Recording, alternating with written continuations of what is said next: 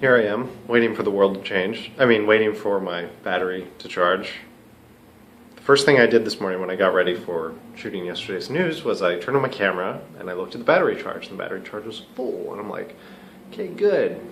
That's usually like at least half an hour, maybe 45 minutes worth of recording time, and I turned it on. 5 minutes later, my camera was like, nah, I'm dead. I really should invest in a second battery. That's the smart move. But for now, I will just sit here and waste time while my battery sits and charges. So, American Captain America, covered that. Game of Thrones, covered that. Nudity, covered that. What do I want to talk about? So, here's what yesterday's news is. Hopefully you've seen it by now. It's made an impression on at least 44 people who have thumbs upped it. Thumbs upped.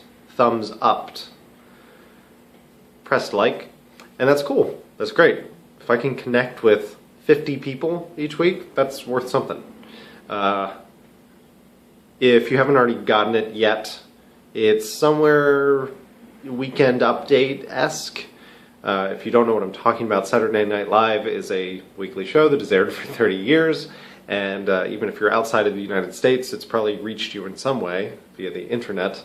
And they have this segment, long-lived segment, that's in the middle of the show called Weekend Update, where they kind of do headlines and then they make little jokes. And that was kind of the feeling that I was going for with yesterday's news, with, a little bit of my own whatever spin on it.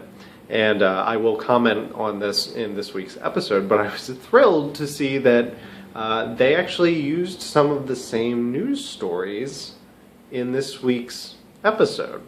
So I'm really curious what will happen this week when I put together my little thing. Will some of the same stories end up in this week's Weekend Update? I would assume so. They even did the zebras have stripes thing. I was kind of surprised. Anyway, that's fascinating.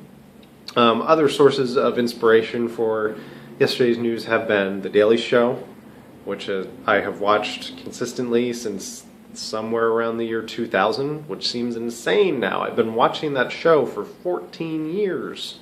And also Entertainment Weekly's Hit List, which is this little 10-line setup and joke kind of thing that they do every week in each issue of the magazine. I'm thrilled that yesterday's news turned out the way it did. I think it's a pretty great start. I think I have more things that I want to do. You will see a new segment on this week's show, which will probably be continued in weeks to come. However, that being said, my child, premonitory device in the background, is due next week. So it is quite possible that yesterday's news will immediately take a week hiatus. However, that being said, I'll only say that once this time, I will be off for 2 weeks once Princess is here. So that will actually mean that I have a huge amount of spare time. So if I can't fit in, 2 hours to do this show, I would be kind of surprised.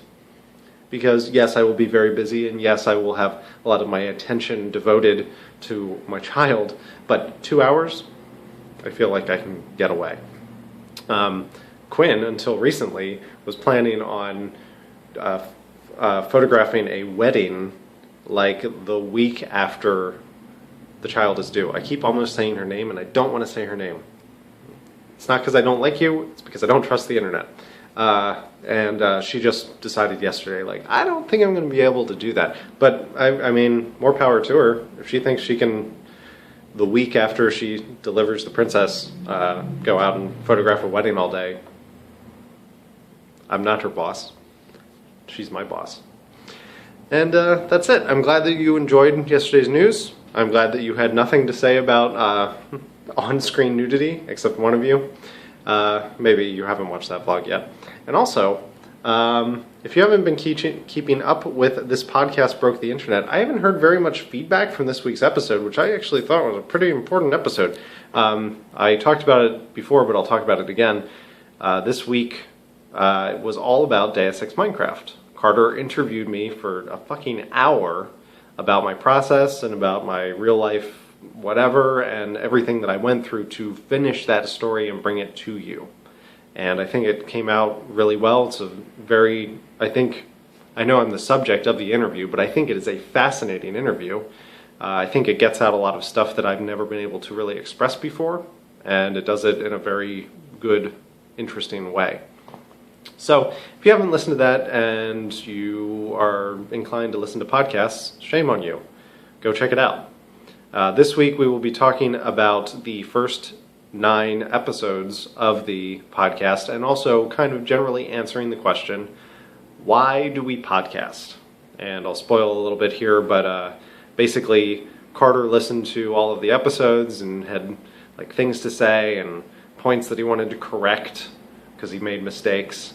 And then the day before we recorded, Elaine messaged me and was like, if you want a question to answer on the show, why don't you answer this for me? Why do you podcast? And I said that to Carter, and it was like, what a good idea. And then basically we spend half an hour talking about why we podcast, because it's like a philosophical, existential kind of question. Why do we podcast?